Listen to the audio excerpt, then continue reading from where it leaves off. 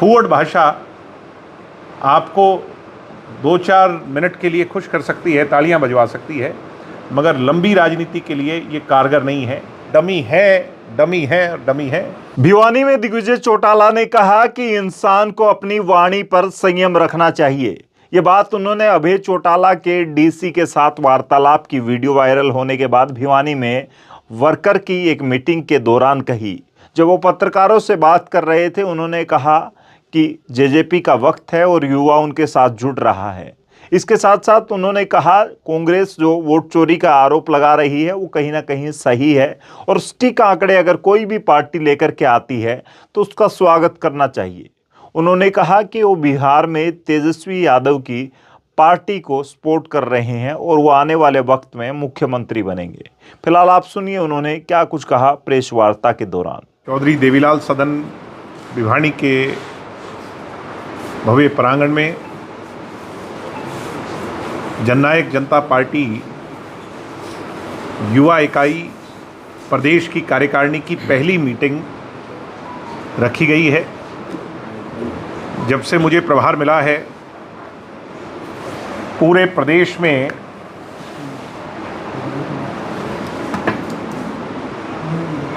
युवा जोड़ो अभियान तकरीबन 2.5 महीने से अधिक चलाने का काम हुआ। 650 से ज़्यादा गांव के अंदर जनसंपर्क अभियान के तौर पर मुझे सभी कार्यकर्ताओं के साथ जाने का अवसर मिला। संगठन को प्रभावी और ताकतवर बनाने के लिए युवा जोड़ो अभियान की मुहिम प्रदेश के सभी 90 विधानसभा क्षेत्रों में एवं सभी जिलों में सुचारू रूप से चलाई गई। उसके पश्चात युवा योद्धा कार्यक्रम सिरसा जिला, कैथल जिला और अब आपने पीछे सोशल मीडिया के माध्यम से देखा बहुत बड़ा आयोजन फरीदाबाद की धरती पर हुआ। हमारा एक ही लक्ष्य है, प्रदेश की 60% आबादी, जिसके आज के जो ज्वलंत मुद्दे हैं, बेरोजगारी का हो, क्राइम इंडेक्स की बढ़ोतरी का हो, एजुकेशन का हो, हेल्थ का हो, सीईटी के एग्जामिनेशन का हो, मूलभूत जरूरियात के जो उसके मुद्दे हैं उस पर हम जनता को चेताएं, जगाएं और सरकार के सामने बड़ी चुनौती बनकर के खड़े हों, उन मुद्दों पर संघर्ष करें और युवाओं की सोच की जीत हो। इसके साथ साथ पूरे प्रदेश में ये जो 60% आबादी है, जो नौजवान योद्धा हैं इस हरियाणा प्रदेश के, जो हरियाणा प्रदेश का भविष्य है। आज 60 साल हो गए हरियाणा प्रदेश को। 1966 में हरियाणा बना था, 2025 में 60 साल पूरे कर लिए हरियाणा ने।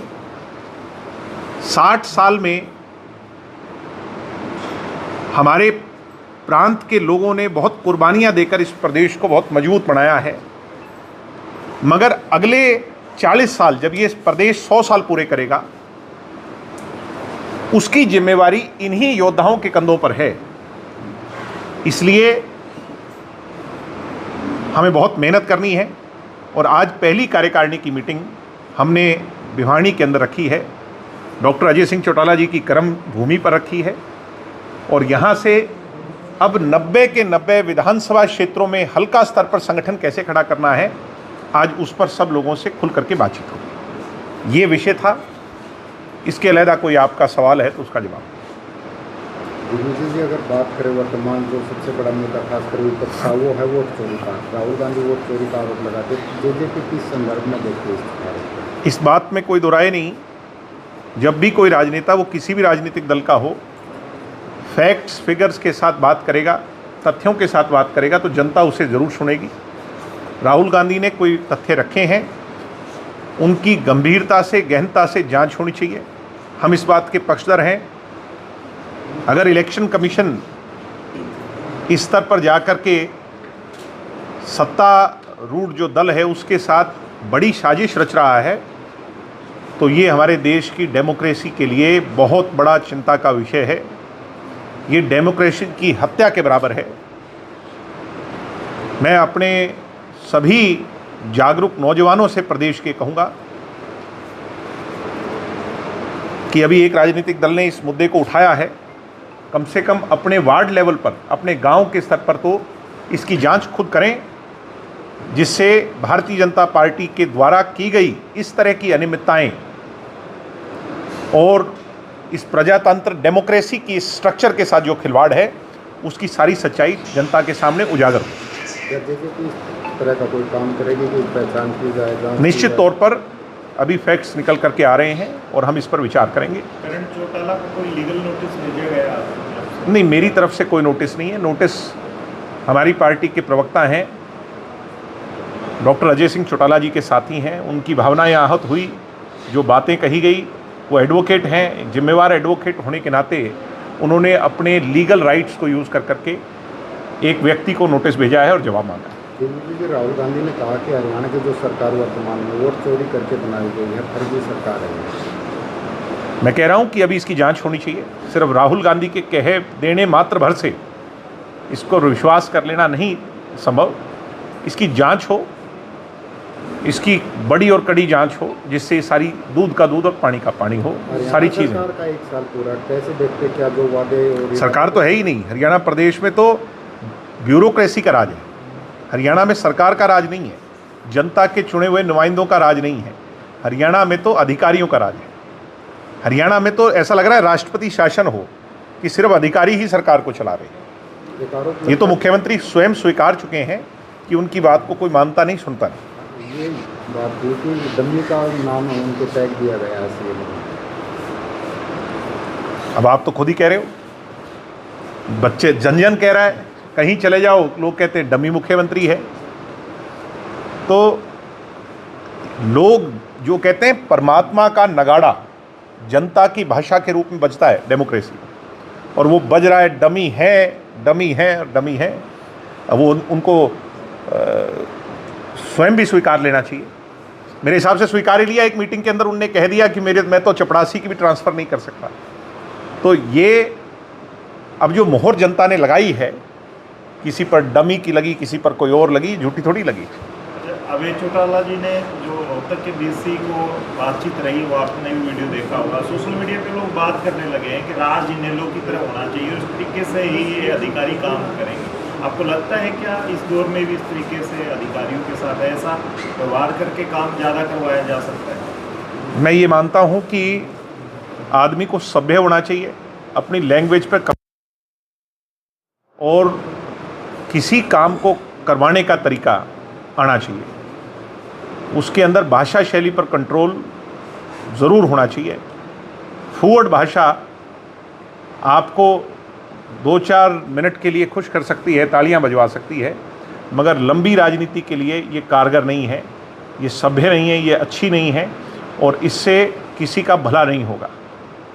अधिकारी जो है वो भी पढ़ लिख करके, संघर्ष कर करके उस पद पर बैठा है। हम भी लोगों के काम करवाते हैं, इज्जत दे करके करवाते हैं।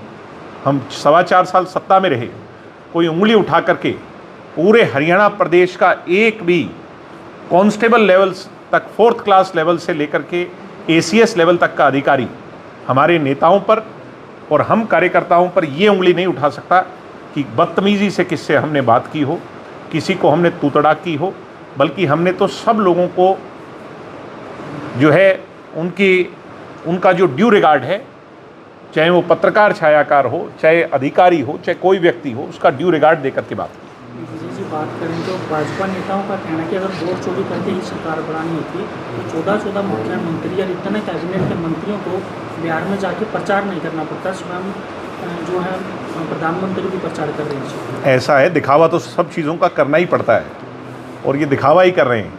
गड़बड़ तो है, इस बात में कोई दो राय नहीं। ये लोग ये स्वयं जानते हैं एक व्यक्ति के 22 वोट एक विधानसभा क्षेत्र में कैसे हो सकते हैं। अब इस बात का जवाब तलाशना चाहिए। उस जवाब को तलाशने की बजाय उस बात को ठोकर मार देना, मुझे हरियाणा का मुख्यमंत्री हमारे जो नायब सिंह सैनी जी हैं वो ये बताएं, हमारे इलेक्शन कमीशन हरियाणा के ये बताएं कि एक व्यक्ति के 22 वोट कैसे हैं। क्या ये गैर कानूनी नहीं है? क्या ये फैक्ट्स के हिसाब से गलत नहीं है? क्या इस पर कार्रवाई नहीं होनी चाहिए थी? उस बात का तो जवाब दे नहीं रहे और बात को घुमाने का काम बड़ा अच्छा करते हैं। दिग्विजय जी, अगर ऐसे ही वोट चोरी होती रही जैसे कहा जा रहा है तो फिर बीजेपी होने वाली विपक्षी दल क्या करेंगे? नहीं, ऐसा नहीं है। हमारा देश इतना कमज़ोर नहीं है। यहाँ बड़ी बड़ी क्रांतियों ने जन्म लिया और आरएसएस के लोगों को इस बात की चिंता अभी से सताने लगी है कि ये बातें अगर ज़्यादा उजागर हो गई तो ये हरियाणा प्रदेश ही नहीं पूरे देश के जो नौजवान हैं अगर ये सड़कों पर निकल जाएंगे तो कहीं नेपाल और अन्य प्रांतों में जो हुआ है वैसे हालात परिस्थितियां ना बन जाए। इसलिए अब ये लोगों को गुमराह कर रहे हैं, कभी हिंदू के नाम पर, कभी सनातन के नाम पर, कभी कास्टिज़म के नाम पर, कभी मुसलमान के नाम पर, कभी किसी और के नाम पर डाइवर्ट करना चाह रहे हैं। मगर बातें उजागर जरूर होंगी। मैं उनको चेताना चाहता हूं कि अब ज़्यादा दिन ये खेल आपका चलेगा नहीं। उधर कह रहे हैं कि इसका एक ही समाधान है कि बैलेट पेपर पर चुनाव। हम तो पहले से ही पक्षधर हैं बैलेट पेपर के। इलेक्ट्रॉनिक वोटिंग मशीन पर पूरी दुनिया के अंदर संदेह किया जाता है, उस पर सवाल खड़े करे जाते हैं और वोटिंग जो है वो बैलेट पेपर पर होनी चाहिए, प्रैक्टिकल होनी चाहिए। हम इस बात के पक्षधर हैं। युवाओं में नशे का भी बढ़ रहा है और शिक्षा में भी बहुत ज़्यादा नशे का प्रकोप है और इसमें ना केवल राजनीतिक लोगों को जागरूक होना है बल्कि समाज में तब्दीली लानी, उसके लिए बहुत काम करने की आवश्यकता है। नशे के लिए केवल सरकार ही जिम्मेवार नहीं है, ये सिर्फ एक प्रशासन या पुलिस तंत्र जिम्मेवार नहीं है, ये तो घर से हमें अपने समाज में तब्दीली लानी होगी और उसको लाने के लिए बहुत काम करना है। प्रदेश हरियाणा प्रदेश में ये चिंता का विषय है नशा जो है। सीलियो कांड में पूर्व विधायक रामकृष्ण जी को सुप्रीम कोर्ट से राहत मिली, उन्होंने बरी किया। सुप्रीम कोर्ट का जो फैसला है वो तो सर्वमान्य है। उसके बाद उन्होंने इनेलो पर अपने राजनीतिक अब वो जाने और इनेलो जाने, हम क्या जाने। दिग्विजय जी, चोरी की वारदात लगातार बढ़ रही है, हालांकि बताया कि देखो रेवाड़ी खड़ा है कि देखो बैंक चोरी इतनी सक्रिय है और प्रशासन क्या करे, किसको जिम्मेदार मानते हैं? मैं क्या कह रहा हूँ कि जब चुने हुए नुमाइंदों की कोई तवज्जो ना हो, राजनीतिक लोग जो लोगों के नुमाइंदे हैं उनकी तो कोई सुनता ही नहीं, तो अधिकारियों को किस बात का डर है? चोरी हो, लूटपाट हो, डकैती हो, मर्डर हो, हत्याएं हो, आप तो चोरी की बात कर रहे हो। अभी आप ये देखो कि कितना क्राइम इंडेक्स बढ़ गया हरियाणा में, कितनी लूटपाट की घटनाएं बढ़ी हैं, कितने मर्डर की घटनाएं बढ़ी हैं, कितनी रेप की घटनाएं बढ़ी हैं।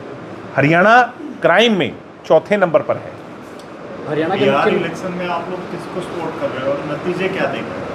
हमारा राजनीतिक दल जो है वो वैसे तो किसी राजनीतिक दल की सपोर्ट में नहीं है वहाँ पर, मगर चूँकि हमारे रिश्ते चौधरी देवीलाल जी की राजनीतिक लेगेसी को लालू प्रसाद जी की पार्टी ने वहाँ एक अलग रूप में आगे बढ़ाया, तो दुष्यंत जी ने और हम सब लोगों ने भाई तेजस्वी यादव के पक्ष में जो प्रवासी बिहारी हैं, हरियाणा में रहते हैं, उनकी मदद के लिए हमने मदद मांगी है। वो हमारी मदद में यहाँ पे आए और हो सकता है कि अगले 1-2 दिन के अंदर दुष्यंत जी और हम सब भी बिहार जा कर के, और हम उन्हें वहाँ पर मुख्यमंत्री के रूप में देखना चाहते हैं, क्योंकि बिहार बदलेगा तो देश बदलेगा।